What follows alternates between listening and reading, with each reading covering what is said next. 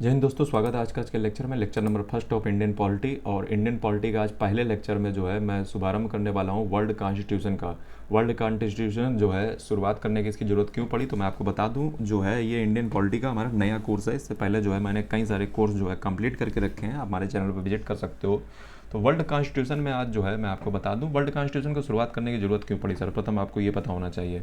उसके पीछे कारण ये है कि 2018 से अगर बात की जाए तो 2018 से जो है यूपीएससी लगभग जो है, चाहे आप बात करें तो हर साल अगर आप उठा करके जो है पैटर्न अगर देखते हो पेपर का, तो उसने जो है यूएसए, यूके, फ्रांस, इन सभी के कॉन्स्टिट्यूशन जो है कॉन्स्टेंट कंपेरेटिवली जो है इंडियन पॉलिटी के रिगार्डिंग जो है पूछ रखे हैं। इसीलिए जो है मैं ये लेक्चर जो है आपके समक्ष जो है लिख कर आया हूँ। लेकिन आज के लेक्चर में मैं सिर्फ यूएसए, यूके, फ्रांस की बात नहीं करूँगा, बल्कि जो है मैं आपको बता दूँ तो यूएसए, यूके, फ्रांस, रसिया, सोवियत रूस और चाइना, स्विस कॉन्स्टिट्यूशन, इन सभी संविधानों की लगभग 5-6 देशों के जो संविधान हैं, मैं इंडियन के संविधान की बात नहीं कर रहा हूँ, वो तो मैं आपको बाद में पढ़ा ही दूंगा। लेकिन मैं आपको विश्व के इतिहास को जो है आज जानकारी देने वाला हूँ, नहीं इतिहास नहीं, कानून की जो है जानकारी देने वाला हूँ, पॉलिटी की जानकारी देने वाला हूँ। पॉलिटी का मतलब होता है political system of any country. तो यहाँ पे मैं आपको बता दूँ कि दरअसल जो है इस लेक्चर में आप दुनिया के समस्त संविधानों की, ठीक है, यूपीएससी आप मान के चलिए अगले 4-5 साल भी यहाँ से क्वेश्चन पूछेगी तो आपका इस वीडियो से कवर होगा। चलिए जो है आज के लेक्चर को बिना किसी बकवास को स्टार्ट करें। उससे पहले मैं आपको थोड़ा सा जो है, चूँकि पहला लेक्चर है, थोड़ा सा प्रचार करना बनता है, तो आप थोड़ा सा जो है सुन लीजिए। सुनाना मैं ये चाह रहा हूँ कि जो है अगर ये हमारा चैनल है, ठीक है, इस चैनल पे जो है मैं आपको बता दूं तो मैंने कम से कम नहीं तो 700 लेक्चर अभी हाल ही में कंप्लीट होने वाले हैं, ठीक है, जिसमें मैंने आपको world politics, geography, CSAT, Indian thinkers, western political thought, economics, ancient medieval art and culture, Indian polity, ऐसे personality development, financial education, blockchain, HTML, python, UPSC की गाइडेंस, टेक्नोलॉजी, यूपीएस साइंस, ये सभी पे जो है मैंने लेक्चर दे रखे हैं। इसलिए इस चैनल को एक बार विजिट जरूर करें अगर आप नए हैं इस चैनल पे। तो चलिए आज के वीडियो को जो है बिना किसी बकवास के स्टार्ट करूँ। उससे पहले थोड़ा सा आपको और प्रचार बता दूं कि PW ओनली IAS, जिसको आप जानते हो कि जो है रिनोन्ड कोचिंग इंस्टीट्यूट है, अगर इससे जो है आप प्रिपरेशन अपनी करना चाहते हो तो हमारा जो है डिस्काउंट कोड आपको दिख रहा होगा स्क्रीन पे, आप उसको जो है लगा दीजिए, आपको इंस्टेंट डिस्काउंट मिल जाएगा। ये जो है आपको अब जो है आपको एक काम और कर लेना है, वो ये कर लेना है कि डिस्क्रिप्शन में जो है मैं आपको 2-4 लिंक दूंगा। अब वो लिंक किस बात के हैं? लिंक इस बात के हैं, पहला तो आपको ये मिलेगा कि आप जो है हमारा व्हाट्सएप ग्रुप का लिंक डिस्क्रिप्शन मिल जाएगा, जिसको आप ज्वाइन कर लें। इससे आपके बहुत सारे बेनिफिट होंगे, जैसे आप मुझसे पर्सनली कुछ भी पूछ सकते हो, कोई भी चीज़। दूसरा जो है मैं आपको बता दूं तो हमारा एक टेलीग्राम चैनल भी डिस्क्रिप्शन में लिंक मिल जाएगा। तीसरा मैं आपको बता दूं तो जो है PW ओनली IAS, इसका जो है लिंक और प्रोमो कोड आपको डिस्क्रिप्शन मिल जाएगा। अगर आप स्टडी करना चाहते हो तो ठीक है, अदरवाइज जो है मैं तो लेक्चर दे ही रहा हूँ। तो चलिए बिना किसी बकवास के आज के लेक्चर को स्टार्ट कर लेते हैं। तो सबसे पहले जो है मैं आपको बता दूं तो मैं आपको पढ़ाने वाला हूं ब्रिटिश कॉन्स्टिट्यूशन, यानी कि जो है ब्रिटेन का कॉन्स्टिट्यूशन, जिसमें मैं आपको इंग्लैंड, वेल्स, यूके में जो है मैं आपको सर्वप्रथम, अगर आपको ये बात नहीं पता है तो आपको पता होनी चाहिए कि इंग्लैंड, यूके में जो है आपका इंग्लैंड, वेल्स और स्कॉटलैंड और नॉर्थर्न आयरलैंड आता है, ठीक है। इन सभी को मिला करके आपका यूनाइटेड किंगडम यूके बनता है। ऐसा दोस्तों माना जाता था एक ज़माने में कि ये जो यूके है, इसका जो जहाँ पे जो है सूरज निकलता था, ठीक है, और जहाँ पे सूरज अस्त होता था, यानी कि where the sun rises and the where the sun जो है मतलब अस्त होता था या जो है ख़त्म होता था, उन सभी पे जो है ब्रिटेन का लगभग कंट्रोल रहा है। इवन जो है इंडिया पे भी रहा है, जहाँ से आप वीडियो देख रहे हो। तो चलिए जो है बिना किसी बकवास के वीडियो को स्टार्ट कर लेते हैं। तो पहला जो है यहाँ पे जो ब्रिटिश का कॉन्स्टिट्यूशन है, मैं चूँकि यहाँ पे थोड़ा सा जो है डिटेल में बात करना पसंद करता हूँ, तो आप जो है अगर आपको ऐसा लगे कि जो है मतलब थोड़ा सा टफ लगे तो थोड़ा सा जो है धैर्य बांधिएगा, पानी यानी पी कर के जो है तब देखिएगा। लेकिन जो है मैं डिटेल में बात करना ही पसंद करता हूँ, क्योंकि यूपीएससी की डिमांड भी जो है अंडरस्टैंडिंग बेस्ड होती है। मैं ऊपर ऊपर हवाई जो है फेंकना पसंद नहीं करता हूँ, और मैं डिटेल में बात करूँगा Indian constitution versus British constitution. Let's start the video. First जो है यहाँ पे फीचर जो है ब्रिटिश कॉन्स्टिट्यूशन का है, वो दोस्तों है अनरिटन कैरेक्टर, यानी कि जो ब्रिटिश का कॉन्स्टिट्यूशन है वो दोस्तों जो है अलिखित है। अलिखित का मतलब अनरिटन है, अनरिटन का मतलब अनकोडिफाइड है, अनकोडिफाइड का मतलब उसको जो है संहिताबद्ध नहीं किया गया है। इसका मतलब क्या हुआ जा करके? इसका मतलब ये हुआ जा करके कि जैसे हमारा इंडियन कॉन्स्टिट्यूशन जो है आपको सबको पता होगा कि जो है इंडियन कॉन्स्टिट्यूशन हमारा, उसमें जो है कॉन्स्टिट्यूशन असेंबली में 389 मेंबर थे, जिसमें जो है आउट ऑफ 299 जो मेंबर थे वो हमारे भारत के संविधान सभा से थे, बाकी जो है पाकिस्तान के थे। तो हमारा जो कॉन्स्टिट्यूशन जब लिखा गया था तो उसमें दोस्तों एक ऐसा विचार था कि कोई भी मुद्दा होगा उसको जो है आम सहमति से, एक जनरल कंसेंसस से जो है उसको डिस्कस किया जाएगा, डिबेट होगी, उस पर जो है सारे मुद्दे डिस्कस होंगे। और उसके बाद जो है आपको पता है कि 26 नवंबर 1949 को जो है इंडियन कॉन्स्टिट्यूशन जो है हमारी कॉन्स्टिट्यूशन असेंबली ने स्वीकार किया, जिसके जो है कुछ पार्ट जो है उसी दिन अप्लीकेबल हो गए थे, रहे बचे पार्ट जो है 26 जनवरी 1950 को जो है अप्लीकेबल हुए, जिस तारीख को जो है हम रिपब्लिक डे या गणतंत्र दिवस या जो है इस तौर पे जो है मनाते हैं। साथ ही मैं आपको ये भी बता दूं कि जो रिपब्लिक डे होता है उस दिन जब आप फ्लैग को जो है उस दिन आप हॉइस्ट नहीं करते हो, उस दिन फ्लैग को अनफर्ल करते हो। ये बात आपको पता होनी चाहिए। दरअसल कई सारे बकलोल आदमी जो है वो एक ही मिला देते हैं। दरअसल 15 अगस्त को फ्लैग को जो है हॉइस्ट किया जाता है, जबकि जो रिपब्लिक डे है उस दिन जो है फ्लैग को अनफर्ल किया जाता है। दिस इज ये बात जो है आपको दिमाग में होनी चाहिए। हाँ, तो अनरिटन कैरेक्टर का मतलब क्या हुआ? तो अनरिटन कैरेक्टर का मतलब ये हुआ कि ब्रिटिश का संविधान जो है वो लिखा नहीं गया है। आप कहोगे सर लिखा नहीं गया तो काम चलता कैसे है, मतलब ये कौन सी बात हुई जा करके? दरअसल कन्वेंशन का वहाँ पे कॉन्सेप्ट है। अब कन्वेंशन क्या होती है? कन्वेंशन का मतलब ये होता है जैसे मान लो जो है कुछ भी, जैसे मान लो 4-5 लोग इकट्ठे हों और आप मान लें कि कल से जो है ये चीज़ें हम कल से खाएंगे। जैसे मान लो एक दिन समोसा खाएंगे, गुजिया खाएंगे, या मान लो लड्डू खाएंगे, पेड़ा खाएंगे। तो एक कन्वेंशन तुमने कर ली कि हाँ ठीक है अब जो है कल से यही खाएंगे, इसके अलावा कुछ नहीं खाएंगे। तो ये तुमने क्या किया? कन्वेंशन कर ली। या मान लो घर का मामला ले लो कि सोमवार को ये बनेगा, मंगल को ये बनेगा, बुध को ये बनेगा, बृहस्पति को ये बनेगा। तो ये तुमने क्या कर ली? कन्वेंशन कर ली। तो इसी प्रकार से जो है मतलब ऐसा नहीं है कि जो है उसको कानून टाइप के जो है पन्ना लेकर के जो है उसको पेज लिख करके धर दिया कि ऐसा ही होना चाहिए, अदरवाइज जो है जुर्माना फाइन वगैरह लगेगा। तो ऐसा कुछ भी कॉन्सेप्ट नहीं है। तो ये समझ गए कन्वेंशन। अब आप कहोगे सर जो है कन्वेंशन मतलब ये नया सिस्टम है। नया सिस्टम कुछ भी नहीं है, ठीक है। हमारे भारत के संविधान में भी जो है ये सिस्टम आपको देखने को मिलेगा। आप कहोगे सर कहाँ देखने को मिलता है, फर्जी क्या मार रहे हो? तो फर्जी नहीं मार रहे हैं, दरअसल उसकी नंबर जो है संख्या इतनी कम है कि वो आपको दिखता ही नहीं है। आपको एग्जाम्पल दो, एग्जाम्पल ऐसे हो गया जैसे हमारे यहाँ पे जो है मेजॉरिटी के लीडर को जो है सरकार बनाने के लिए निमंत्रण किया जाता है, और ये जो है प्रेसिडेंट की जो है डिस्क्रिशनरी पावर है, यानी कि जो है उसकी ये विवेकाधीन शक्ति है। आपको पता होना चाहिए, यूपीएससी इस पे भी क्वेश्चन पूछ चुका है, discretionary power of the Indian president. और वो दोस्तों यही है कि जो है वो चाहे तो जिस भी लीडर को सरकार बनाने के लिए निमंत्रण दे सकता है जब सरकार में जो है कोई भी पार्टी मेजॉरिटी में या बहुमत में ना हो। तो ये तो डिस्क्रिशनरी पावर हो गई। तो फिर ये किसने बनाई ये पावर, किसने ये डिसाइड किया? उसके पीछे दोस्तों कन्वेंशन है हमारे देश में, ठीक है। जैसे जो है हमारे यहाँ पे ये भी कन्वेंशन है कि मान लो प्रेसिडेंट को कुछ हो जाता है तो वाइस प्रेसिडेंट आएगा, ठीक है। वाइस प्रेसिडेंट कुछ हो जाता है तो जो है चीफ जस्टिस ऑफ इंडिया आएगा। तो ये भी जो है एक प्रकार की कन्वेंशन ही है, ठीक है।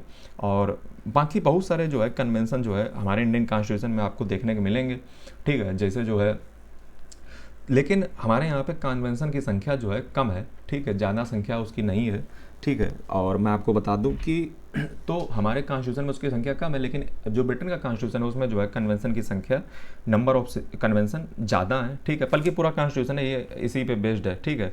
और वहाँ पे अनरिटन कॉन्स्टिट्यूशन है, यानी कि अलिखित संविधान है। और यहाँ पे चलिए दूसरे फीचर की बात करते हैं। सेकंड फीचर दोस्तों ये है कि ब्रिटेन का जो कॉन्स्टिट्यूशन है वो कोई एक दिन में नहीं बना है, इवोल्यूशनरी उसका नेचर है। इवोल्यूशनरी का मतलब क्या हुआ?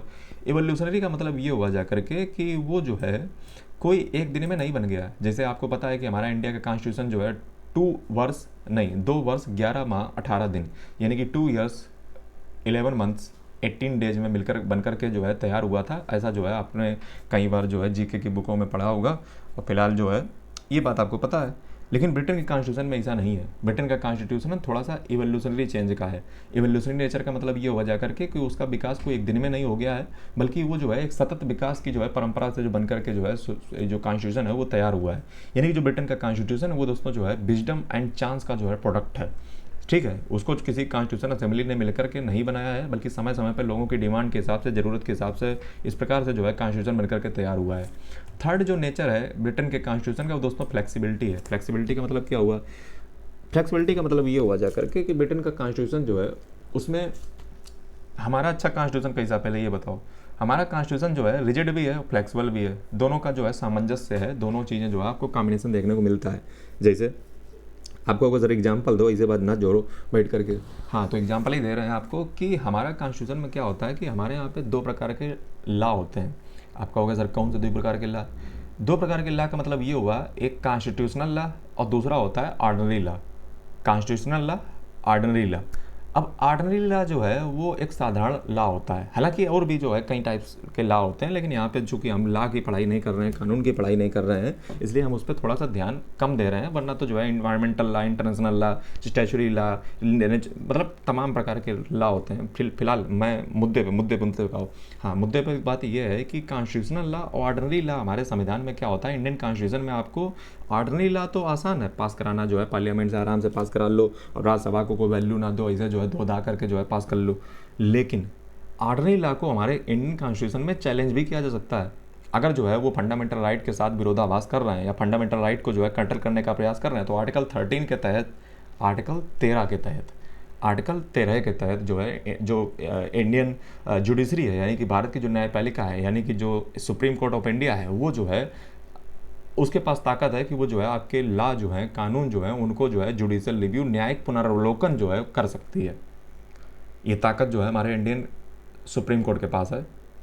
और हमारे यहाँ पे ऑर्डिनरी लॉ और कॉन्स्टिट्यूशनल लॉ में डिफरेंस होता है। जैसे हमारे यहाँ पे कॉन्स्टिट्यूशनल लॉ, कॉन्स्टिट्यूशन में अगर आप संविधान में संशोधन अगर करना चाहोगे तो बड़े पापड़ बेलने पड़ेंगे, ठीक है। कितने प्रकार के संशोधन करने के तरीके हमारे कॉन्स्टिट्यूशन में जो है, जो कि मैं आगे पढ़ाऊंगा, दे रखे हैं। जैसे स्पेशल मेजॉरिटी, सिंपल मेजॉरिटी, और जो है स्पेशल मेजॉरिटी में जो है रेटिफिकेशन भी स्टेट्स का चाहिए होता है। दुनिया के पापड़ करने पड़ते हैं कॉन्स्टिट्यूशनल लॉ और ऑर्डिनरी लॉ में। कॉन्स्टिट्यूशनल जो अमेंडमेंट होता है हमारे देश में, उसमें जो है राज्यसभा और लोकसभा की जो ताकतें होती हैं वो बिल्कुल समान होती हैं। ये बात जो है आपको सबको, बच्चा बच्चा को पता है, गाँव वाली, ठीक बा।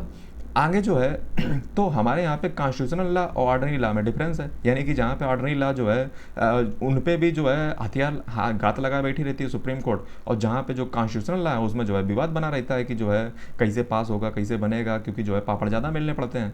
तो हमारे यहाँ पे सिस्टम जो है बहुत रिजिड है। रिजिड का मतलब हुआ जाकर के बहुत कठोर है, ठीक है। और वहाँ पर जो है, जबकि जो ब्रिटेन है वहाँ पर जो है कोई फर्क ही नहीं है, मतलब घर की मुर्गी दाल बराबर। मतलब जो है कॉन्स्टिट्यूशनल लॉ ऑर्डिनरी लॉ में कोई डिफरेंस नहीं है, सिंपल जो है सब एक ही, मतलब जैसे नहीं कहते हैं कि सब एक ही लकड़ी हाँक दो, तो सब एक ही लकड़ी वहाँ पे हाँक जाते हैं। मतलब ये कहने का तात्पर्य मेरा ये है कि कॉन्स्टिट्यूशनल लॉ और ऑर्डिनरी लॉ वहाँ पे जो है कोई डिफरेंस नहीं है, कोई डिस्टिंक्शन नहीं है, कोई विभेद नहीं है, कोई भेद नहीं है। और ये जो है सिंपल मेजॉरिटी से वहाँ पे पास कर दो, जो भी मतलब सब जो है बराबर है, ठीक है। ऐसा मतलब वहाँ पे समानता बना के रखा हुआ है कि सब जो है मतलब सब बराबर। अब अगले बात पे आ जाओ। अगले मुद्दे पे जो है 4th नंबर अगर बात किया जाए तो ब्रिटिश का कॉन्स्टिट्यूशन दोस्तों यूनिटरी फीचर है। अब यूनिटरी का मतलब होता है एकात्मक फीचर है, यानी कि एकात्मक जो है संविधान है। अब यूनिटरी का मतलब क्या होता है? यूनिटरी का मतलब ये होता है कि जैसे हमारे देश में जो है आपको जो लेजिस्लेचर होते हैं, लेजिस्लेचर का मतलब हुआ जाकर के जो जो जो जो जो जो जैसे मान लो जो है देश के लेवल पे हमारे यहाँ पे जो है आपको पता है कि संसद है, और राज्यों के लेवल पे आपने पता है कि आपको जो है विधानमंडल हमारे यहाँ पे जो है, जिसको जो है स्टेट लेजिस्लेचर कहते हैं, और लोग देश के लेवल पे जो है इंडियन पार्लियामेंट है, भारत की संसद है।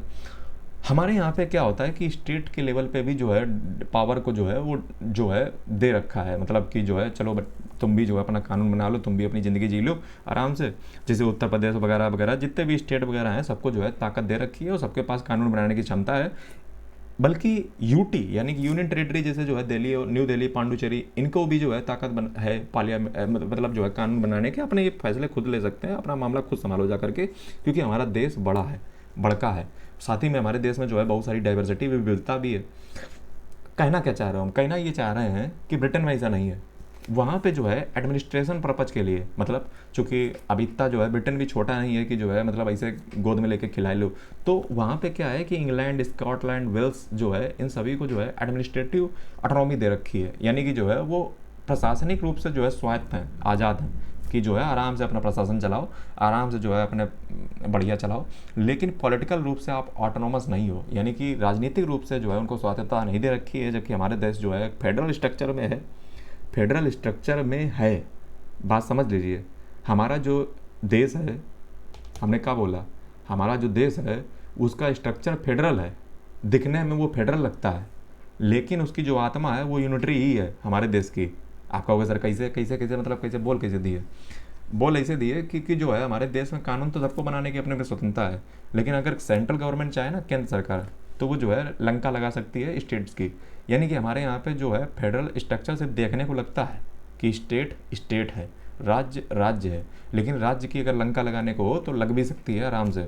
तो हमारा देश जो है वो फेडरल स्ट्रक्चर में दिखता है शकल से, लेकिन अंदर ही अंदर जो उसकी आत्मा है, यानी कि जो soul of the Indian constitution, that is very unitary in the feature. और ये बात जो है किसने कही थी, आप कमेंट करके हमें बताओ। अच्छा, तो ये नई बातें आपको पता चली।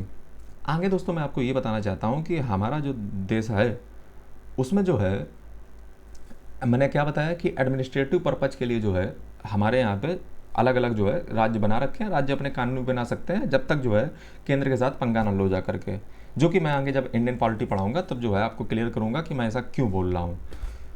ये बात आपको समझ आई। साथ ही में जो है जब आप इंडियन कॉन्स्टिट्यूशन का आर्टिकल नंबर 1 पढ़ोगे, क्या कहता है इंडियन कॉन्स्टिट्यूशन का आर्टिकल नंबर 1, तो आर्टिकल 1 दोस्तों अगर आप पढ़ते हो तो उसमें कहता है कि देखिए आर्टिकल 1 ही में देखिए पूरी बात को समझा दिया गया है कि इंडिया दैट इज़ भारत, यानी कि इंडिया जो कि भारत है। सबसे पहले तो नाम पे ध्यान दो, हमारा कॉन्स्टिट्यूशन दोनों नाम को जो है स्वीकार करता है, इंडिया भी और जो है भारत भी। तो India that is Bharat shall be a union of states, यानी कि हमारा जो भारत है, इंडिया है, वो क्या होगा, वो यूनियन होगा स्टेट्स का। फिर आगे देखो क्या लिखता है, स्टेट्स शैल नॉट, मतलब India that is Bharat shall be a union of states and states have no right to secede from the federation. मतलब कोई भी स्टेट जो हमारे यहाँ पे जो है अलग नहीं हो सकता है।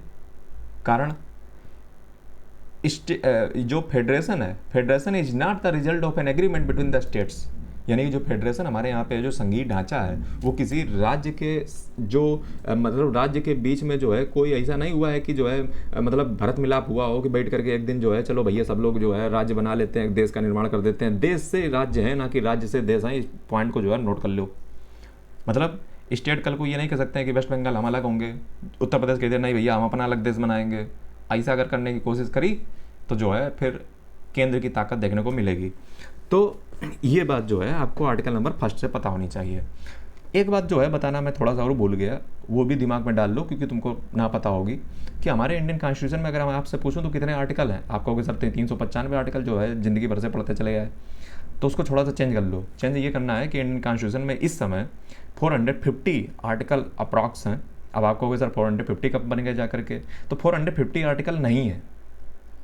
आप कहोगे ये तो कौन सी बात हुई जा करके, 395 पहले बोला फिर बोला 450। यही तो पेच है जो तुम्हारा क्लियर नहीं है, क्लियर होना चाहिए।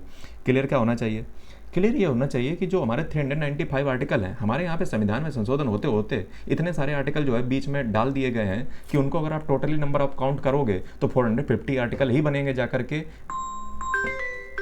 450 ही आर्टिकल बनेंगे जा करके। लेकिन किंतु परंतु अगर जो है उनको आप अगर ऐसा सोचो कि 396 में क्या लिखा है, तो ऐसा नहीं है। मैं आपको बता दूं 395 में ही आर्टिकल को इंसर्ट किया गया और उनको जब आप टोटली काउंट करोगे तो जो है आपके लगभग 450 आर्टिकल बनेंगे जाकर के। अब आप कहोगे सर शेड्यूल भी बता दो।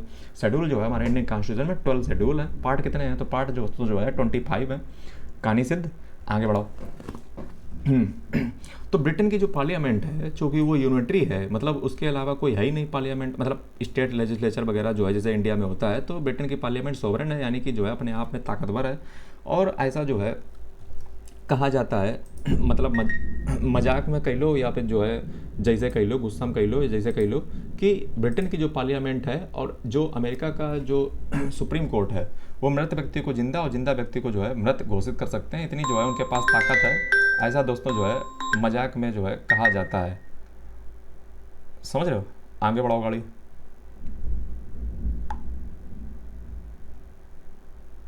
हाँ आगे जो है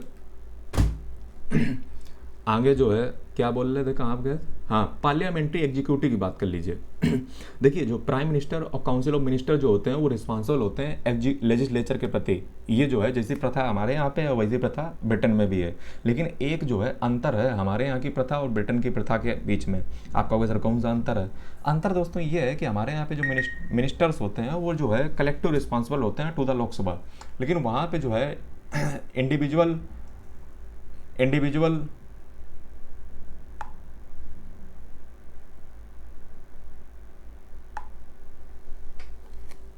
हाँ क्या बोल रहा है, इंडिविजुअल जो है कहा है यार, हाँ हाँ हाँ, याद आ गया। हाँ, प्राइम मिनिस्टर और काउंसिल ऑफ मिनिस्टर जो है ये उत्तरदायी हमारे यहाँ पे, जैसे जो है अगर बात की जाए तो लोकसभा के प्रति उत्तरदायी होते हैं, ऐसे जो है ब्रिटेन में भी होते हैं। अब पेंच कहाँ पे फंसता है? पेंच दोस्तों यहाँ पे फंसता है कि हमारे यहाँ पे जो मंत्री होते हैं वो सारे जो है उत्तरदायी होते हैं। मतलब ऐसा नहीं होगा कि जैसे मान लो हमने कोई कांड करा तो दूसरा वाला कहे कि हमारा क्या लेना देना। अरे आप कैबिनेट में बैठे हो, कैबिनेट का मतलब सब जो है उत्तरदायी हो गए, ठीक है, बचाव सब करोगे और मतलब जो है एक की जिम्मेदारी सबकी रहेगी। लेकिन यूके में ऐसा नहीं होता। यूके में जो है अकेले लपेट दिया जाता है। अकेले लपेटने का मतलब इंडिविजुअल लीगल रिस्पॉन्सिबिलिटी है। मतलब वहाँ पे जो है एक व्यक्ति अकेले अकेले जिम्मेदार होगा। जैसे मान लो हम मिनिस्टर हैं, मान लो चारा चारा के मिनिस्टर, ठीक है, और हमने मान लो चारा घोटाला कर दिया तो हम अकेले जो है उत्तरदायी ठहराए जाएंगे, ठीक है, तो ऐसा मान लो। आगे आ जाओ। Sovereignty of parliament. Sovereignty of parliament का मतलब ये हुआ जा करके कि पार्लियामेंट जो है वहाँ की सोवरेन है, ठीक है, क्योंकि वहाँ पे कोई फेडरल स्ट्रक्चर कोई सेम जो है इंडिया के तरीके से कोई सेकंड चैम्बर है नहीं, ठीक है, एक ही है वहाँ पे सब मामला जो भी है पार्लियामेंट ही है। और वहाँ पे देखिए कोई जुडिशल रिव्यू नहीं होता है इंडिया के तरीके से। जैसे इंडिया में जो है सुप्रीम कोर्ट इतनी ताकतवर है कि कुछ भी जो है जुडिशल रिव्यू के नाम पे कर देती है। जो कल बोलती है वो आज नहीं बोलती, जो आज बोलेगी वो कल नहीं बोलेगी, ठीक है। तो ऐसा मतलब जो है जोक टाइप का चलता रहता है इंडिया के सुप्रीम कोर्ट में। हालांकि अच्छा काम करता है वो, मैं नहीं कह रहा हूँ, मैं इसे बस मजाक में कह रहा हूँ, इसको जो है सीरियस ना लीजिएगा।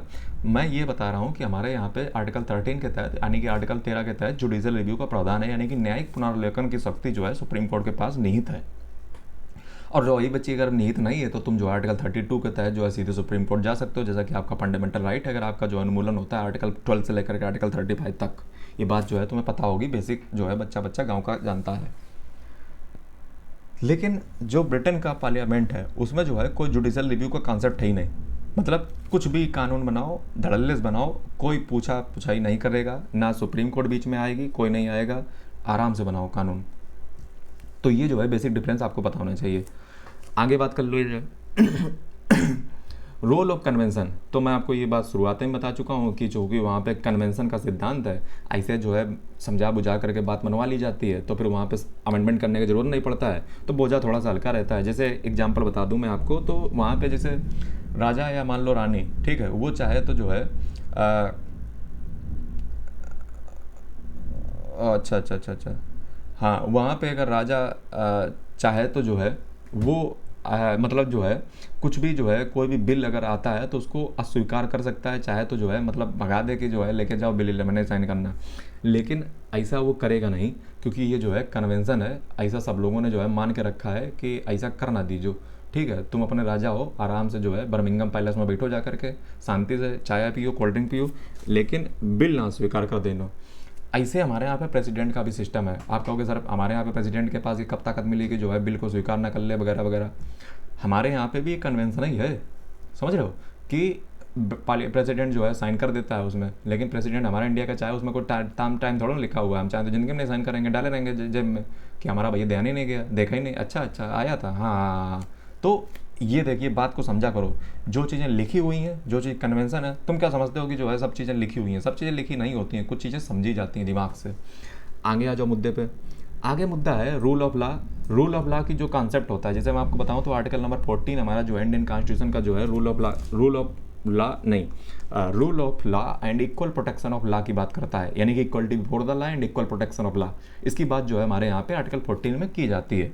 लेकिन आप लोगों को जो है बालकों को नहीं पता होगा कि रूल ऑफ लॉ नहीं, equality before law and equal protection of law जो है अलग अलग कॉन्स्टिट्यूशन से लिए गए हैं। ये बात आपको दिमाग में पता होनी चाहिए।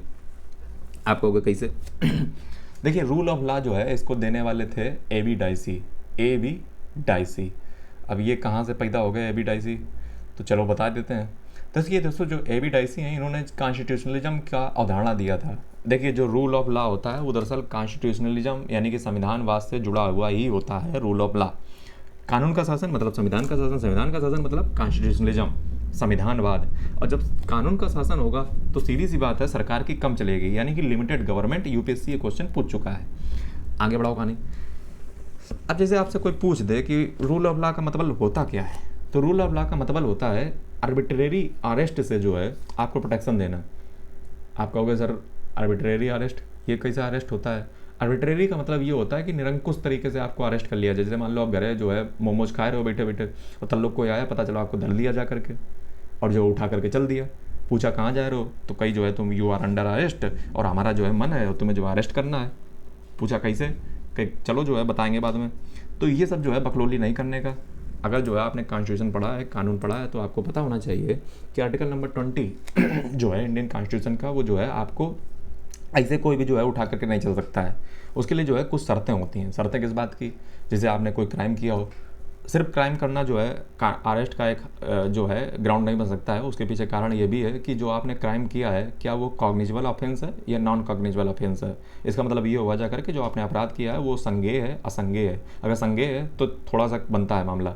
दूसरी चीज़, जो आपने अपराध किया है वो बेलेबल है या नॉन बेलेबल है। इसका मतलब क्या हुआ जा करके, इसका मतलब ये हुआ जा करके कि वो जो है ऐसा तो नहीं कि जो है मतलब कोई छोटा मोटा मामला हो और जो है फालतू में बवाल बनाए हुए हो। तीसरी चीज़ ये भी है कि जो है आपके पास वारंट है या नहीं है, ठीक है। और जब जो है आपको अरेस्ट किया जाए तो उस जगह का जो है आपका जो वारंट होता है वो तो जो है आपका साइन होना ही चाहिए, ठीक है। इन्फॉर्म उन्हें करना पड़ेगा, ठीक है, और सूचित करना पड़ेगा। ऐसा नहीं जो है कहीं से भी रास्ते से उठा लो जा करके, ठीक है। तो ये सारे जो है जिम्मेदारी जो है होनी चाहिए। आपका जो वहाँ पे मेमो बनता है, मेमो का मतलब ये हो जा करके कि नाम, पता, मोबाइल नंबर वगैरह वगैरह सारी चीज़ें जो है दर्ज होती हैं। आपका मेडिकल चेकअप होना चाहिए, और within 24 hour excluding the travel time, यानी कि जो है ले जाने में, धरने में वगैरह वगैरह जो टाइम लगा उसको हटा करके 24 घंटे के अंदर अंदर हमें जो है जज के सामने पेश करो और हमारा मामला सुलटाओ। अगर ऐसा नहीं होता है, मान लो ऐसा ना करे पुलिस वाला, तब जो है आपके पास आर्टिकल 32 से जो है आपको सीधे आपको अधिकार है कि आप सुप्रीम कोर्ट जा सकते हो। कोई सबऑर्डिनेट कोर्ट नहीं, कोई हाई कोर्ट नहीं, कोई लोक अदालत नहीं, कोई फदाना अदालत नहीं, कोई सेशन कोर्ट नहीं, कोई फलाह कोर्ट नहीं। सीधे जो है कटरा दो जाकर घंटी एससी यानी कि सुप्रीम कोर्ट की। आप चाहो तो जो है आर्टिकल 217 के तहत जो है आप हाई कोर्ट भी जा सकते हो, वो भी जो है आपका इसका रक्षा कर देगा जा करके। लेकिन वो करेगा, इस बात की गारंटी नहीं है। बात को समझ लो। देखो कानूनी छोटा सा पॉइंट है कि सुप्रीम कोर्ट करना ही पड़ेगा, सुप्रीम कोर्ट को ऐसा बचाना ही पड़ेगा। लेकिन हाई कोर्ट बचाएगा, इसका जो है हाई कोर्ट का डिसीजन डिपेंड करता है, क्योंकि आर्टिकल 32 जो है वो सुप्रीम कोर्ट की बात करता है, ना कि हाई कोर्ट की बात करता है। लेकिन ऐसा नहीं है कि जो हाई कोर्ट आपको भगा देगा जा करके। उसके पीछे कारण ये है कि सुप्रीम कोर्ट जाना जो है बच्चे का काम है ही नहीं, ठीक है। पैसा ज़्यादा लगता है, बड़ा बड़ा वकीला होता है, तो वो जो है आपको ऐसे। लेकिन सुप्रीम कोर्ट जो है आप आर्टिकल 32 के तहत सीधे जा सकते हो, आपका अधिकार है। सुप्रीम कोर्ट अब क्या करेगा, सुप्रीम कोर्ट के पास होती है 5 प्रकार की रिट। मतलब ये हुआ जा करके एक रिट, देखिए सारी रिटें जो है मैं आपको बाद में पढ़ाऊँगा, अभी चूंकि वो टॉपिक है नहीं, बस मैं वो टॉपिक आया है इसलिए बता रहा हूँ, बाकी जो है वो टॉपिक अभी है नहीं।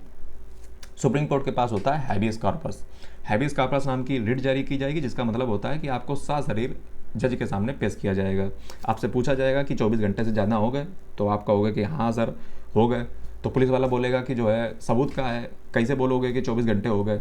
तो तुम्हारे पास काम आएगा वही मेमो जो कटवाया था, टाइम, डेट, तारीख, सब, बस लपट जाएगा वो सामने वाला व्यक्ति। तो ये दोस्तों तरीका होता है, यानी कि आपको जो है प्रोटेक्शन फ्रॉम आर्बिट्रेरी अरेस्ट है, यानी कि जो है आपको निरंकुश तरीके से कोई भी अरेस्ट नहीं कर सकता। ये rule of law AB Dicey ने कहा है। अगली बात का मतलब हुआ जाकर कि equality before law. Equality before law का मतलब ये हो जाकर कि ऐसा नहीं कि जो है मानी पहले परोसा जाए, या मान लो सरकार का कोई मंत्री है उसको पहले परोसा जाए। हालांकि होता यही है, ठीक है। हाँ, क्योंकि वो जो है अंदर अंदर जज साहब वगैरह सबकी जो है वो चलती रहती है, वो देखने में जो ऐसा लगता है, ऐसा हम नहीं, ऐसा जनता कह रही है, ठीक है।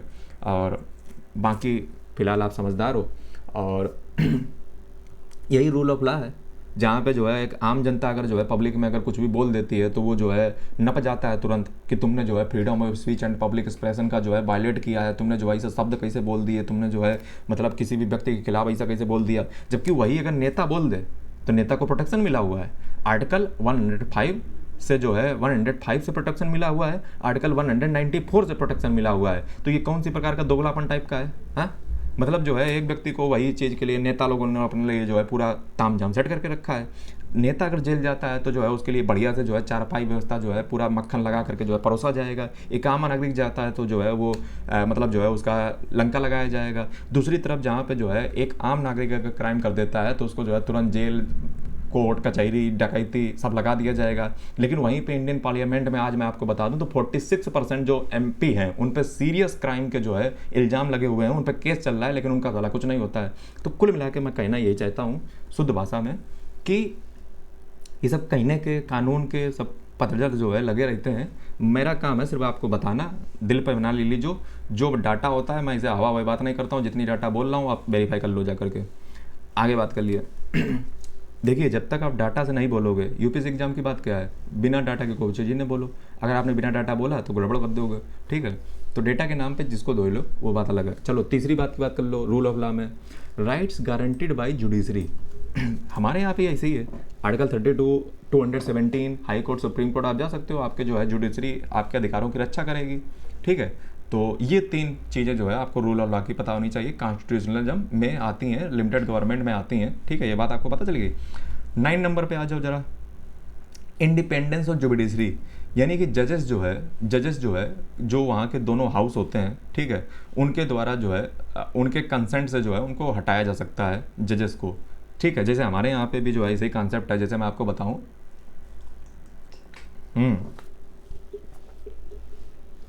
क्या बोल रहे थे? हाँ क्या बोल रहे थे, हाँ।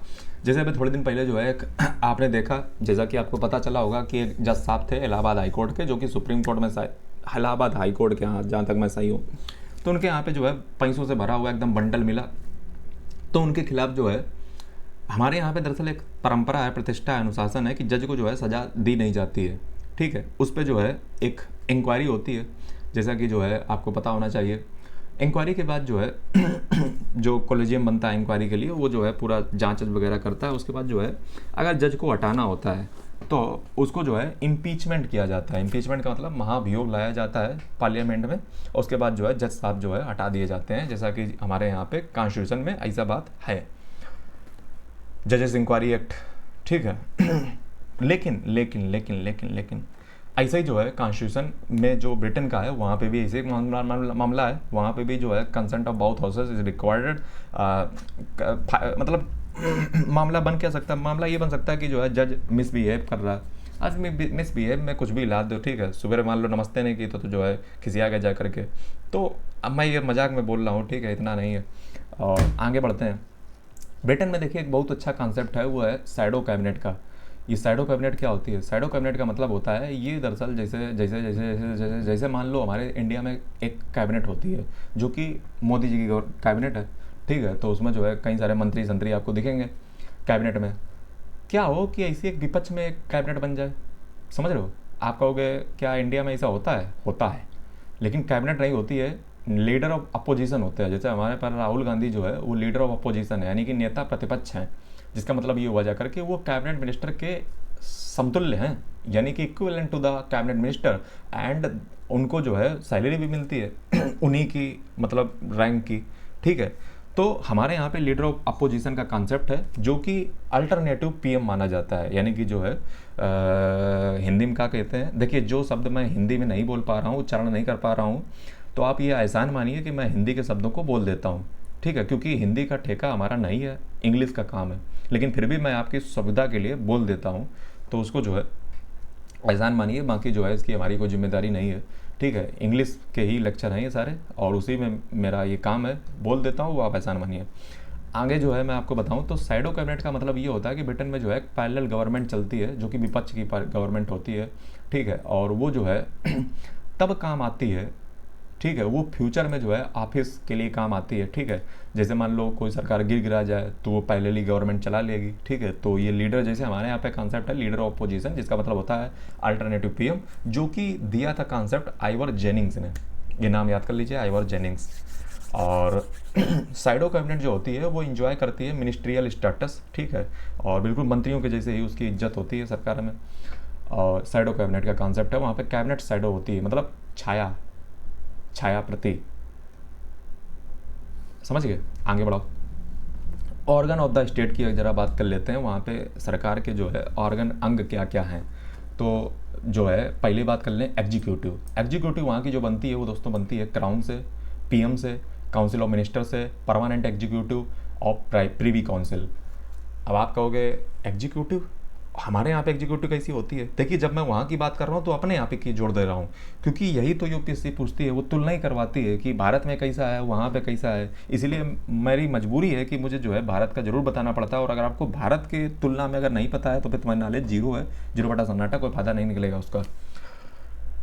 चलो वहाँ की एग्जीक्यूटिव की पहले बात कर लेते हैं, फिर भारत की बात कर लेते हैं एग्जीक्यूटिव की। एग्जीक्यूटिव का मतलब होता है कि हिंदी में क्या कहते हैं, चलो छोड़ो। जैसे एग्जीक्यूटिव में जो है वहाँ पे एक तो क्राउन यानी कि जो है राजा, ठीक है, राजा राजा है, और राजा के पास जो है क्षमा करने की शक्ति भी होती है। क्षमा करने का मतलब पार्डन पावर। हमारे यहाँ पे प्रेसिडेंट के पास भी पार्डन पावर है, क्षमा करने की शक्ति है। यूपीएससी ने इस साल क्वेश्चन भी पूछा हुआ है 2025 में इसी पे। मैं इसे नहीं कुछ भी बोलता हूँ, उसके पीछे कारण होता है।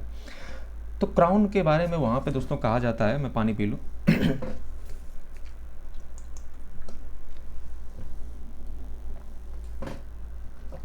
हाँ, the king is dead, long live the king, यानी कि राजा जो है वो मरा हुआ है और जो है राजा सदैव जिंदा रहेगा।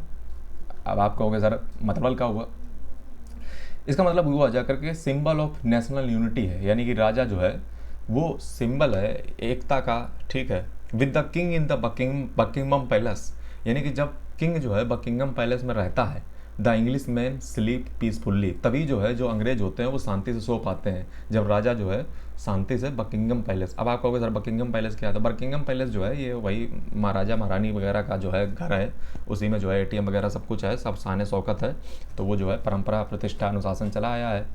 और लेकिन ऐसा नहीं कि राजा के पास जो है पूरी ताकत एकदम, मतलब कुछ भी चाहे तो ढिंढोरा पीटेगा जा करके, वो एक प्रकार का सेरेमोनियल टाइप का है, मतलब हाँ जिंदा है बस बात खत्म, वो है तो राज देश है वगैरह वगैरह, इसे माना जाता है, पुरानी कहावतें हैं। और ये वही ब्रिटेन है जो है हमें लोगों को सिखाता रहता था कि ऐसे कानून बनाओ, ऐसे ये करो वो करो, खुद तो अपना सुधार नहीं पाया, राजा सिस्टम बना के रखा हुआ है। तो कॉन्स्टिट्यूशनल मोनार्की जो है इसका मतलब वहाँ पे है लिमिटेड पावर, ठीक है, ऐसा नहीं मतलब जिले लाई जिले जमहूरियत टाइप का है कि कुछ भी जो है मतलब फरमान जारी कर देगा जा करके, ठीक है। तो अब यहाँ पे एक बात आपको और पता होनी चाहिए कि बैगे हट नाम के एक जो है विद्वान हुए बहुत बड़े, उन्होंने जो है 3 अधिकार राजा को दिए हैं। राजा के पास जो है 3 अधिकार होते हैं। पहला, राइट टू बी कंसल्ट। अब आप कहोगे sir right to be consult का मतलब ये हो जाकर उसको सलाह लेने का अधिकार होता है, किससे, मंत्रिपरिषद से। और मान लो मंत्री चाटुकार टाइप के हैं, ठीक है, कुछ भी जो है मतलब ऐसे उठ पटांग, हाँ बहुत अच्छे सब जो है बढ़िया चल रहा, सब चंगा से, तो पता चला जो है तुम्हारी सत्ता को लुढ़कवा देंगे, करवा देंगे बवाल। तो मंत्री कायदे के होने चाहिए, ठीक है। तो उसको राजा को जो है सलाह लेने का अधिकार होता है।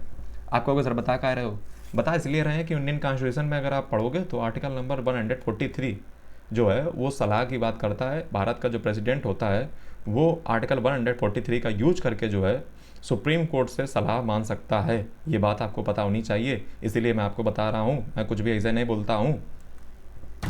आगे कहाँ पर चल रहे थे, हाँ, दूसरा जो राजा को अधिकार होता है वो होता है इनकरेज करने का। इनकरेज करने का मतलब जैसे मान लो जो है एक तो मोदी जी फेंकते हैं, एक नीरज चोपड़ा फेंकते हैं, भाले की बात कर रहा हूँ, भाला, ठीक है, आपने कुछ और समझ लिया होगा।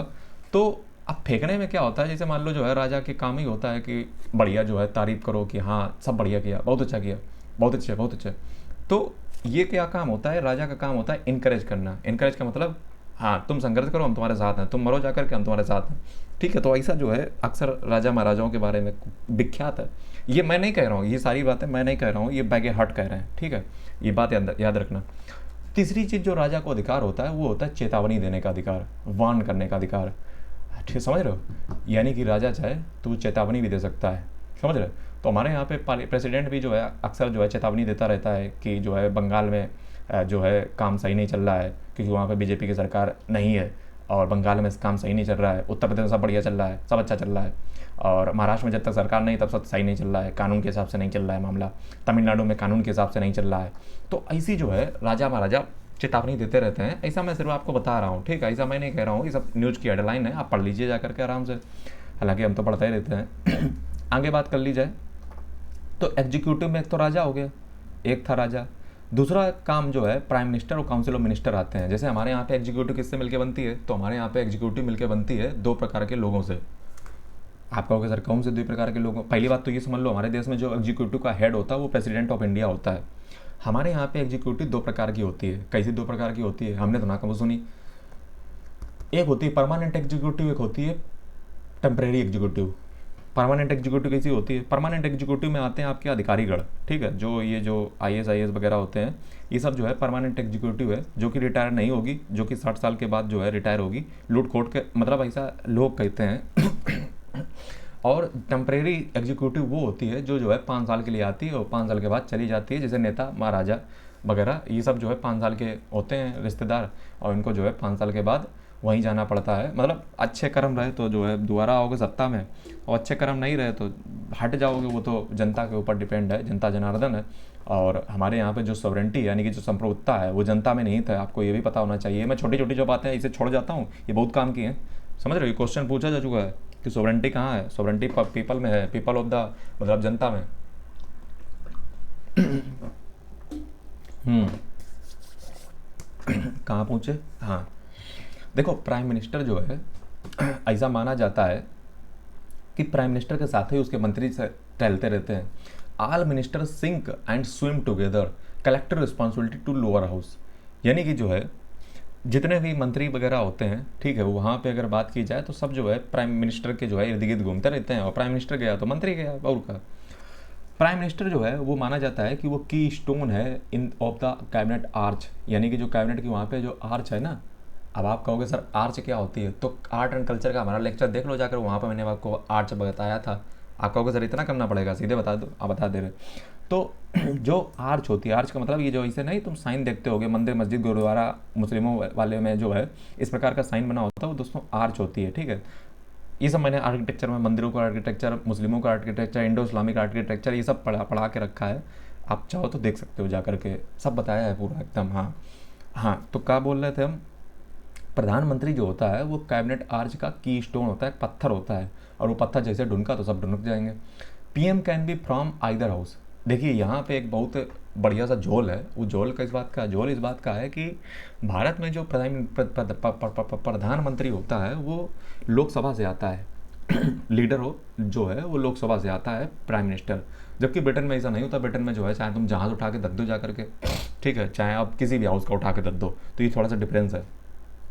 और वहाँ पे जो एग्जीक्यूटिव है, अब देखिए मैंने दो लोगों की बात कर ली, एक क्राउन की बात कर ली, एक प्राइम मिनिस्टर की बात कर ली, एक काउंसिल ऑफ मिनिस्टर की बात कर ली।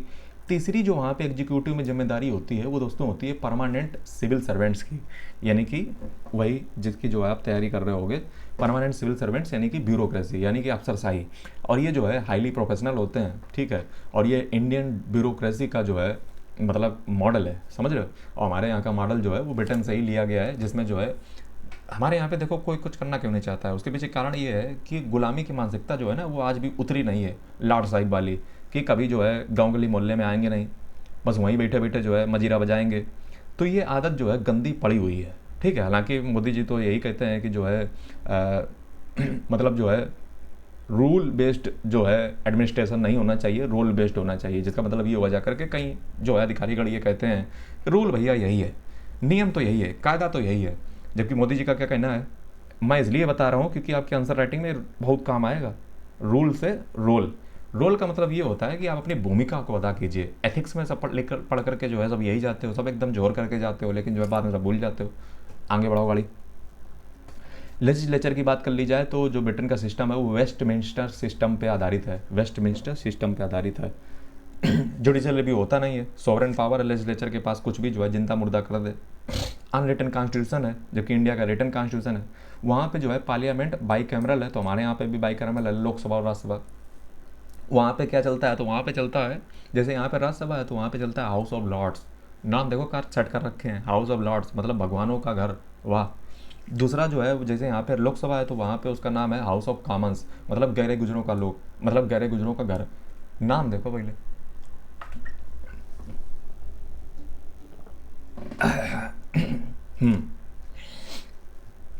हाउस ऑफ लॉर्ड के जो है थोड़े लक्षण जान लो तो जो है थोड़ा सा फायदे में रहोगे। हाउस ऑफ लॉर्ड में कोई फिक्स स्ट्रेंथ नहीं है।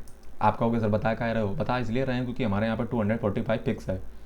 लिमिटेड पावर है हाउस ऑफ लॉर्ड्स के पास। हाँ तो बस नाम ही के होते हैं, जैसे हमारे यहाँ पर राज्यसभा को अपर हाउस कहा जाता है, लेकिन दम कुछ नहीं है, बस कॉन्स्टिट्यूशनल अमेंडमेंट में थोड़ी सी ताकत है बराबर की। और भी है, मैं ये नहीं कह रहा हूँ, लेकिन उतनी नहीं है जितनी लोकसभा की है। नाम इसलिए भारी भरकम दे देते हैं ताकि जो है खुश रहो कि हाँ चलो भैया हाउस ऑफ लॉर्ड हो तुम, और दम कुछ ना है, जैसे हमारे यहाँ पर राज्यसभा में कोई दम नहीं है। बल्कि ये भी कहा जाता है राज्यसभा को हटा ही दो। चलो अब ज़्यादा नहीं बोलेंगे। लोस्ट मोस्ट लेजिस्लेटिव पावर, और राज्यसभा ने जो है, जो वहाँ की हाउस ऑफ लॉर्ड है, उसने कई सारी जो है लेजिस्लेटिव पावर जो है 1919 में 1949 में जो एक्ट बना करके समाप्त कर दी है। ठीक है, बस ऐसे ही जो है शकल है, बस ले बैठे हैं। देखिए वहाँ पे हाउस ऑफ लॉर्ड के पास बस इतनी ताकत है कि वो कोई भी काम में जो है अड़ंगा लगा सकते हैं। इसका मतलब क्या हुआ, जैसे हमारे यहाँ पे भी यही कॉन्सेप्ट है। ठीक है, जैसे वहाँ पे जो ऑर्डिनरी बिल है उसको मैक्सिमम 1 साल तक होल्ड कर सकते हैं, मनी बिल को मैक्सिमम 1 महीने तक होल्ड कर सकते हैं, इससे ज़्यादा जो है कुछ रोल इनका है नहीं। ठीक है, हटाई दो, का है फालतू में रखे हो। हाउस ऑफ लॉर्ड जो है वो judicial role ended with reform act 2005। ये बात देखो तुम्हें पता होनी चाहिए। का बात ऐसी है कि अपने घर जैसी है कि जुडिशियल रोल जो है 2005 तक ये हाउस ऑफ लॉर्ड के पास था, तो काफ़ी ताकतवर रहे होंगे, हाँ एकदम रहे। लेकिन जो है इनका ये रोल हट चुका है। ठीक है, रिफॉर्म एक्ट आया 2005 का। दरअसल ये बकलोल इतने टाइप का आदमी था, मतलब यूके, अब ऐसा मान के चलो कि इसके ये सुप्रीम कोर्ट कुछ ना रखता था, इनके पास ताकत थी। वो तो 2005 में रिफॉर्म एक्ट आया, तब जाकर सुप्रीम कोर्ट जो है बनी जाकर 2009 में। ठीक है, ये लॉर्ड फिर लॉर्ड ही बने थे, उसका भगवान थे, जिले लाई, जिले जमहूरियत जिले लाई।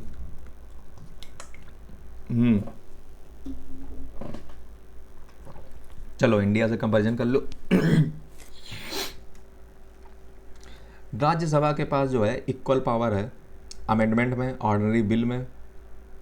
ठीक है, हमारे यहाँ पे ऑर्डिनरी बिल और अमेंडमेंट में, हालांकि ऑर्डिनरी बिल में उतनी ताकत है नहीं। ठीक है, वो तो बस ऐसे मतलब है, मैं ये नहीं कह रहा हूँ। ठीक है, अमेंडमेंट और ऑर्डिनरी बिल में जो है इक्वल पावर है राज्यसभा के पास हमारे यहाँ पे।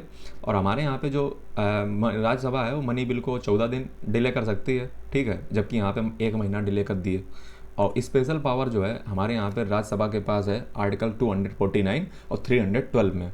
अब तुम कहोगे इतना तो जोर ही दिया है।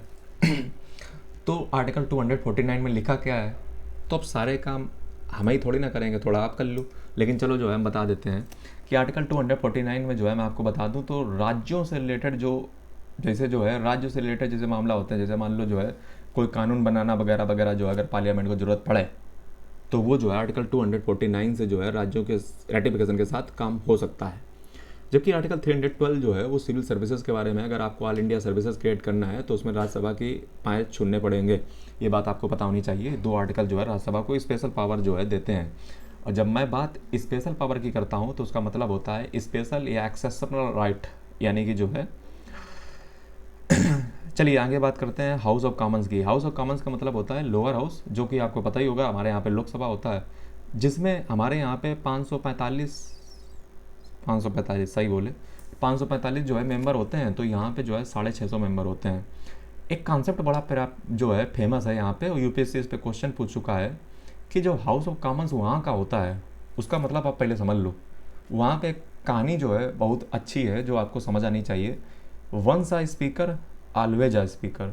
इसका मतलब क्या हुआ, इसका मतलब ये हुआ जाकर कि वहाँ पे अगर एक बार आप स्पीकर बन गए, अब स्पीकर मतलब ये नहीं कि जो है ढोल बतासा जो है तुम कूटते चले जा रहे हो, वो स्पीकर की बात नहीं कर रहे हैं। स्पीकर का मतलब यहाँ पे है, अरे जैसे अपने यहाँ पे स्पीकर होता है ओम बिरला, ठीक है, तो उसी प्रकार से जो है वहाँ पे भी स्पीकर का कॉन्सेप्ट होता है। और वहाँ पे जो स्पीकर होता है वो हमेशा के लिए स्पीकर होता है, मतलब हमेशा बजते रहो, 92.7 बजाते रहो। तो मैं मजाक में बोल रहा हूँ। Speaker resign from party constituency unchallenged has casting vote. यहाँ पे देखिए कितना बढ़िया कॉन्सेप्ट है कि स्पीकर जो है अपनी पार्टी से वहाँ पे रिजाइन कर देता है। हमारे यहाँ पे वो पार्टी पे जो है बिल बिना बैठे रहता है, फिर जो है अपनी पार्टी का, हाँ तुम बोल लो, तुम बोल लो, हाँ तुम ना बोलो, तुम बढ़िया नहीं बोला तो तुम पब्लिसिटी ज़्यादा ले चुके हो। ठीक है, तो ऐसे जो है हमारे यहाँ पे ऐसे आपने देखा होगा एक चलता रहता है सिस्टम। जो देखा वही मैं आपको बता रहा हूँ, बाकी मैं कुछ नहीं बोल रहा हूँ। तो हमारे यहाँ पे जो है वहाँ पे रिजाइन कर देता है पार्टी से। जब पार्टी से रिजाइन कर दोगे तभी तो ढंग से काम करोगे। अब पता चला तुम पार्टी पे जो है बिल बनाए बैठे हुए एकदम कुंडली मारे, तो तुम काम ही नहीं ढंग से कर पाओगे, क्योंकि तुम्हारे प्रेशर पड़ रहा है कि हमें बोलने दो। वो कह रहे हैं हमें बोलने दो। तो यही मचा रहता है। फिर जो है आप देखते तो हो नंगा नाच चलता रहता है पार्लियामेंट में, जो कि आप भली बात परिचित हो गए। ऐसा मैं नहीं कह रहा हूँ, आपने देखा होगा। तो स्पीकर जो है वहाँ पे पार्टी से रिजाइन कर देता है। लेकिन अब आप कहोगे सर मान लो पार्टी से रिजाइन कर दिया, तो ऐसा तो नहीं कि जहाँ से कॉन्स्टिट्यूएंसी से आए थे वहाँ पे कोई दूसरा खड़ा होकर के नेता जीत ले जा करके और स्पीकर तो गए हो। तो ऐसा नहीं होता है। वहाँ पे जो कॉन्स्टिट्यूएंसी होती है जहाँ से स्पीकर आता है वो जो है अनचैलेंज रहती है। अनचैलेंज का मतलब मतलब आराम से जो है तुम लड़ो जाकर के, स्पीकरी अपनी चलाओ, और जो है तुम्हारी कॉन्स्टिट्यूशन कोई तुमसे छीनेगा नहीं, तुम्हारी कुर्सी बचे रहेगी। ये देखो बढ़िया कॉन्सेप्ट है। तो ये जो है हमारे यहाँ पे कमी है। ऐसे अगर यहाँ पे भी हो जाए तो ये सब बंद हो जाए 2 मिनट में। तो अब जो है जैसे हमारे यहाँ पे, वहाँ पे जैसे मैं बात करूँ तो वहाँ पे स्पीकर वोट को जो है कास्ट कर सकता है। यानी कि जब भी कोई मामला मान लो लफड़ा फंस जाए जा करके, तो जो है वहाँ पे कास्टिंग वोट की स्पीकर कर सकता है। अब थोड़ा इंडिया के स्पीकर से तुलना कर लो। इंडिया के स्पीकर जो है पार्टी से रिजाइन नहीं करता है, आपको पता होना चाहिए। और इंडिया के स्पीकर जो है ऐसा नहीं है कि वो हमेशा स्पीकर रहता है। इंडिया के स्पीकर जो है डिस्क्वालीफाई हो सकता है, ये बात आपको पता होनी चाहिए। और वो जो है इंडिया का स्पीकर तभी वोट करता है जब मामला टाई हो जाए। जब मामला टाई हो जाता है तब जो है स्पीकर इंडिया का वोट करता है। चलो अब यूके की जुडिशरी पे थोड़ा नज़र डाल लेते हैं। तो government can overturn court decision by passing amendment legislation. यानी कि जो गवर्नमेंट होती है यूके की, वो चाहे तो जो है ओवरटर्न कर सकती है कोर्ट के डिसीजन को। समझ रहे हो? क्योंकि वहाँ पे इतनी ताकत दे रखी है। तो अमेंडमेंट पास कर दिया, लेजिस्लेशन पास कर दिया, जो है आराम से जो है गवर्नमेंट जो है कोर्ट के डिसीजन को बदल सकती है। ठीक है, इतनी ताकत वहाँ पे दे रखी है। जबकि हमारे यहाँ पे जो है सुप्रीम कोर्ट माल में टमक देगी जा करके। सुप्रीम कोर्ट दोस्तों जो है जुडिशरी जो है वहाँ पे अगर बात की जाए तो 2009 में इस्टेब्लिश हुई थी। पहले जो है हाउस ऑफ लॉर्ड ही काम करती थी, जैसा कि मैं आपको बता चुका हूँ।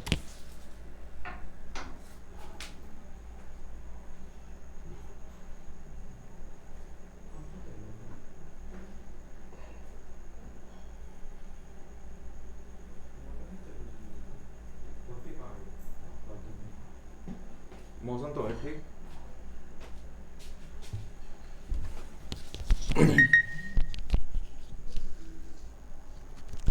तो जुडिशरी जो है वहाँ पे ओवरटर्न कर सकती है डिसीजन को। ठीक है, सुप्रीम कोर्ट वहाँ पे अगर बात की जाए तो दोस्तों जो है मैं आपको बता दूँ तो जो है वो 2009 में जो है इस्टेब्लिश हुआ था। उससे पहले जो है हाउस ऑफ लॉर्ड वगैरह काम करते रहते थे। जुडिशरी का वहाँ पे मेन जो फंक्शन है वो दोस्तों जो है इंटरप्रेट करना है, लॉ को इंटरप्रेट करती है, रिव्यू करती है मिनिस्टर्स का, पब्लिक ऑफिशियल्स का। ठीक है, यानी कि जो है अब जुडिशरी धीरे धीरे वहाँ पे ताकत में आ रही है। ठीक है, रिव्यू कर सकती है जो मिनिस्टर्स का, पब्लिक ऑफिशियल्स का। और अल्ट्रा वायरस जो डॉक्ट्रिन होती है, जैसे यहाँ पे हमारे यहाँ पे भी है, अल्ट्रा वायरस का मतलब जितना जो पार्ट बेकार है उसको अल्ट्रा वायरस कर दो। और नेचुरल जस्टिस के आधार पे जैसे कंटेंट ऑफ लॉ वगैरह जो है चेक कर सकती है जुडिशरी। धीरे धीरे थोड़ी सी ताकत अब आएगी। ठीक है, जैसे हमारे यहाँ पे जुडिशरी जो है पहले लल्ला टाइप की हुआ करती थी, बाद में जो है ताकत गिन की, केशवानंद भारती केस और जो है दुनिया के केस बना बनू करके गोला फैलाना। तो अब जो है जुडिशियल एक्टिविज्म वहाँ पे धीरे धीरे जाग रही है जुडिशरी। जैसे अब जो है अल्ट्रा वायरस कर सकती है नेचुरल जस्टिस के आधार पे। जैसे अमेरिका में नेचुरल जस्टिस ही तो चलता है, वहाँ पे जो है कंटेंट ऑफ लॉ जो है जुडिशियल रिव्यू कर सकती है कि कानून अच्छा है कि नहीं है, कि जो है रीजनेबल है कि नहीं है, तर्क संगत है कि नहीं है, कि प्रॉपर्टी का राइट तो नहीं छीन रहा है। तो जुडिशरी कुछ भी जो है बहाना बनाकर नेचुरल राइट के आधार पर जो है अमेरिका में ऐसा कर सकती है। और हमारे यहाँ इंडिया में भी जो है एक बार ऐसा कर दिया था। ठीक है, हमारे यहाँ पे इंडिया में जो है प्रोसीजर इस्टेब्लिश्ड बाय लॉ चलता है, जबकि जो अमेरिका है वहाँ पे ड्यू प्रोसेस ऑफ लॉ चलता है। प्रोसीजर इस्टेब्लिश बाय लॉ हमारे इंडियन कॉन्स्टिट्यूशन के आर्टिकल नंबर 21 में है, जिसका मतलब ये होता है कि हमारे यहाँ पे प्रोसीजर चेक किया जाएगा कि लॉ को बनाने का प्रोसीजर सही था कि नहीं था। जबकि अमेरिका में जो है कंटेंट पूरा चेक कर दिया जाएगा लॉ का। ठीक है, और हमारे यहाँ पे लॉ का कंटेंट से कोई तात्पर्य नहीं होता जुडिशरी का। लेकिन एक बार जुडिशरी ऐसा कर चुकी है, जुडिशरी कह चुकी है कि ड्यू प्रोसेस ऑफ लॉ है। ठीक है, तो नेचुरल जस्टिस का सिद्धांत कहाँ है? अमेरिका में है। हमारे यहाँ पे क्या चलता है? तो हमारे यहाँ पे प्रोसीजर एस्टेब्लिश बाय लॉ चलता है, जो कि जो है नेचुरल जस्टिस पे आधारित नहीं है, जो कि जो है प्रोसीजर चेक करेगा कि जो है कहीं पासिंग में तो गड़बड़ी नहीं हो गई है। तो यहाँ पे जो है नेचुरल जस्टिस का सिद्धांत लगा दिया जुडिशरी ने। तो जुडिशरी धीरे धीरे पावरफुल हो रही है, क्योंकि अभी नई आई है, थोड़ा सा समय लगी क्रीज पे डटे रहने का। दोस्तों जुडिशियल एक्टिविज्म धीरे धीरे, जैसे जुडिशियल रिव्यू, ह्यूमन राइट्स के लिए लड़ रही है जुडिशरी, और यूरोपीय यूनियन के जो मेंबरशिप और devolution of power to Scotland, Wales and Northern Ireland को, जो जैसे वहाँ पे स्कॉटलैंड, वेल्स और नॉर्थर्न आयरलैंड हमेशा जो है चक्कर में रहते हैं कि जो है हम लोग थोड़ा ताकत मिल जाए, लेकिन ताकत देता ही नहीं है बेटनवा। तो जो है जुडिशरी मतलब थोड़ा थोड़ा ताकत जो है सरकार रही है, ले लो बेटा। चलिए, अब ब्रिटेन का कॉन्स्टिट्यूशन मैंने तो पढ़ा दिया, अब जो है यूपीएससी के क्वेश्चन देख लेते हैं, यूपीएससी ने क्या क्या क्वेश्चन इससे रिलेटेड पूछ रखे हैं। तो जुडिशरी ने जो है क्वेश्चन पूछे हैं इंडिया और यूके के कन्वर्जेंस और डाइवर्जेंस व्यू पे, जुडिशियल सिस्टम पे। कब पूछे हैं? 2020 में।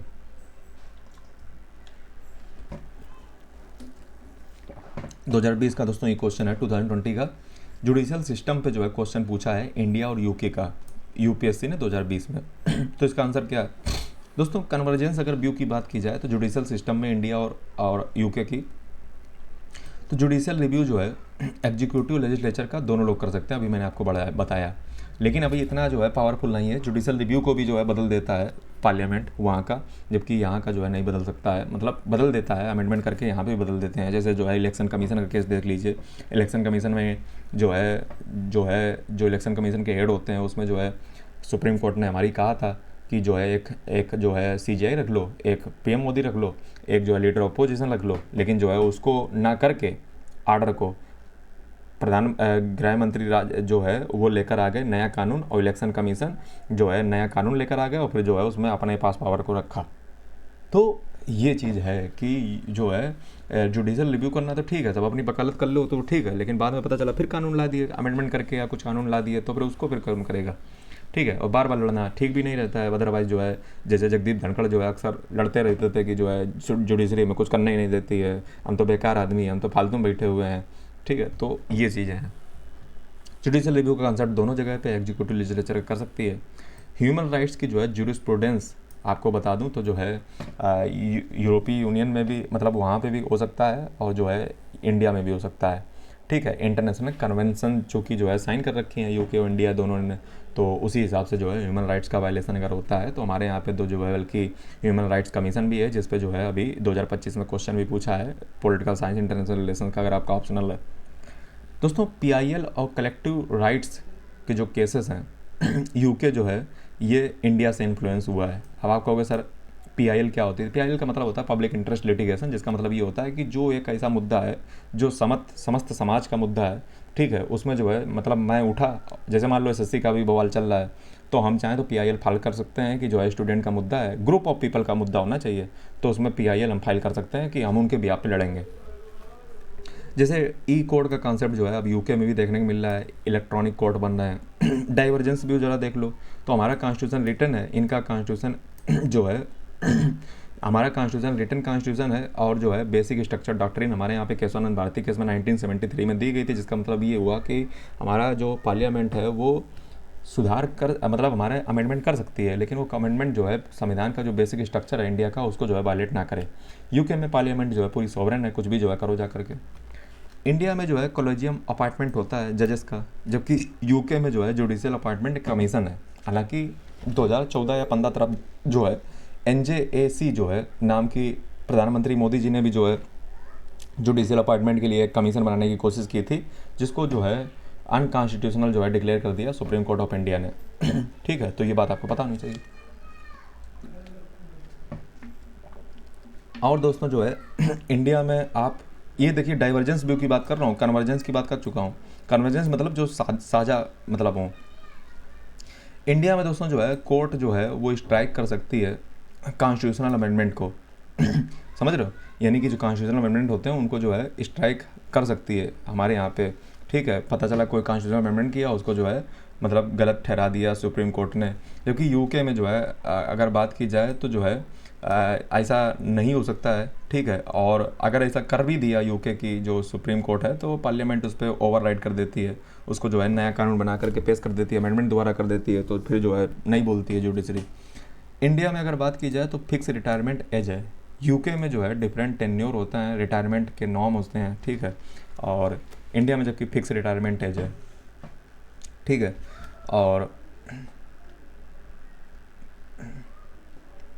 ये हो गया। अब दोस्तों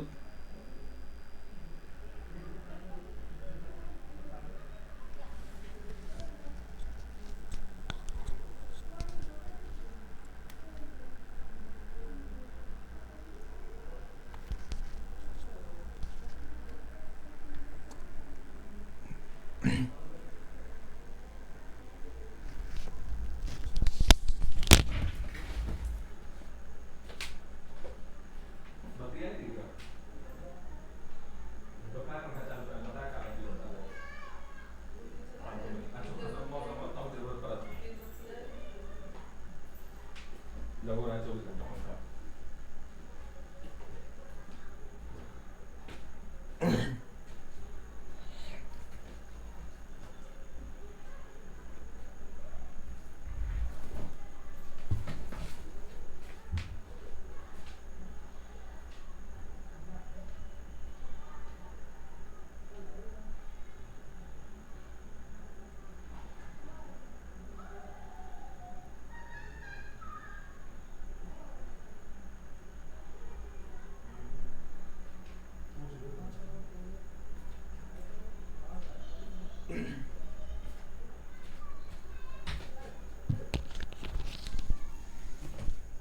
चलिए दोस्तों जो है आगे कवर करते हैं, क्योंकि जो है लाइट का थोड़ा दिक्कत है।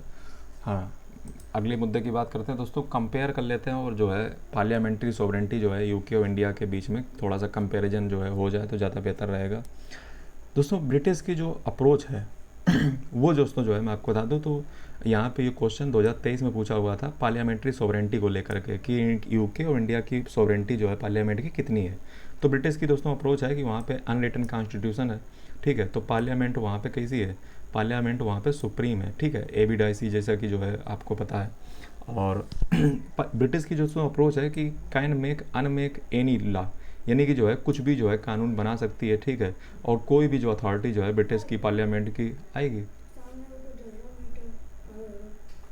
एक सेकंड बस, 4 मिनट में बस है ना रहो। तो ब्रिटिश की अप्रोच दोस्तों क्या है कि वहाँ पे कोई अथॉरिटी जो है ओवरराइड नहीं कर सकती कानून को, और कोई जो है डिस्टिंक्शन नहीं है ऑर्डनरी और कॉन्स्टिट्यूशन लॉ के कारण, और इसलिए जो है पार्लियामेंट्री सॉवरेंटी वहाँ पे। इंडिया की अप्रोच दोस्तों क्या है, इंडिया में रिटन कॉन्स्टिट्यूशन है, इसलिए पार्लियामेंट जो है सुप्रीम। अगर बात की जाए तो दोस्तों जो है वो रिटन कॉन्स्टिट्यूशन हमारे इंडिया में, और पार्लियामेंट जो है वो डिराइव करती है अथॉरिटी जो है कॉन्स्टिट्यूशन से हमारे यहाँ पे, और हमारे यहाँ पे जुडिशियल रिव्यू का कॉन्सेप्ट है जो कि वहाँ पे नहीं है। तो ये डिफरेंस है हमारे लोगों में, और वहाँ पे जो कुछ भी जो है कॉन्स्टिट्यूशन लॉ और जो है ऑर्डनरी लॉ वहाँ पे सेम है ब्रिटिश में, और हमारे यहाँ पे अलग अलग चूँकि जो है कॉन्सेप्ट लगते हैं, तो इसलिए हमारे यहाँ पे थोड़ा मुश्किल हो जाता है, रिजिड थोड़ा सा कॉन्स्टिट्यूशन हो जाता है। हमारे यहाँ पे दोस्तों जो है सुप्रीम कोर्ट ने केशवानंद भारती केस में जो है बेसिक स्ट्रक्चर की डॉक्ट्रिन दी थी, जिसमें ये कहा था कि अमेंडमेंट जो है वो लिमिटेडली आप कर सकते हो, ऐसा नहीं कि जो कुछ भी अमेंडमेंट कर दो जाकर के, ठीक है, और बेसिक स्ट्रक्चर को जो है वायलेट ना करे जाकर के, ऐसा 1973 के केशवानंद भारती केस में कहा था। दोस्तों विरोधाभास ये है, कॉन्ट्रास्ट ये है कि हमारे और उनके बीच में कि यूके की जो यूके में जो है एब्सोल्यूट लेजिस्लेटिव सुप्रीमेसी है, जबकि हमारे यहाँ पे कॉन्स्टिट्यूशनल सुप्रीमेसी, यानी कि संवैधानिक रूप से हम जो है सुप्रीम हमारी पार्लियामेंट है, जबकि वहाँ पे एब्सोल्यूट लेजिस्लेटिव जो है सुप्रीमेसी मिली हुई है। यानी कि हमारे यहाँ पे कॉन्स्टिट्यूशनल सुप्रीमेसी है, जिसका मतलब ये हुआ जाकर के कि हम लिमिटेड जो है पार्लियामेंट्री सॉवरेंटी हमारे यहाँ पे है, लिमिटेड, ठीक है, और जो कि जो है आपने देखा। कंक्लूजन यही कह सकते हैं कि इंडिया बैलेंस करता है डेमोक्रेसी को कॉन्स्टिट्यूशनल वैल्यूज के साथ, ठीक है, और जबकि यूके की बात की जाए तो वो जो है अनफेटर्ड रहता है यूके की पार्लियामेंट। तो दोस्तों आज का लेक्चर जो है खाना कि यहाँ पे समाप्त हुआ। मेरी कोशिश थी कि जो है सारे कॉन्स्टिट्यूशन मैं सोचता था कि एक ही लेक्चर में कंप्लीट हो जाएंगे, लेकिन ऐसा नहीं हो सका।